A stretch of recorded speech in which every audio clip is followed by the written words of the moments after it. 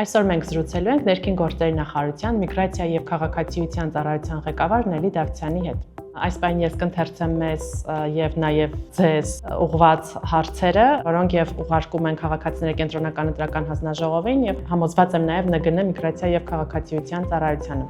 Ինչ ժամկետներում, երբ եւ ինչ հարթակներով է հրապարակվում մեր վերջնական ցուցակները։ Ցուցակները հասանելի են լինելու երկու հարթակներում, ինչպես կենտրոնական ընտրական հանձնաժողովի հանրահայտ elections-ը եւ հարթակում այնպես էլ ներքին գործերի նախարարության կողմից ստեղծված հատուկ կայքում, որը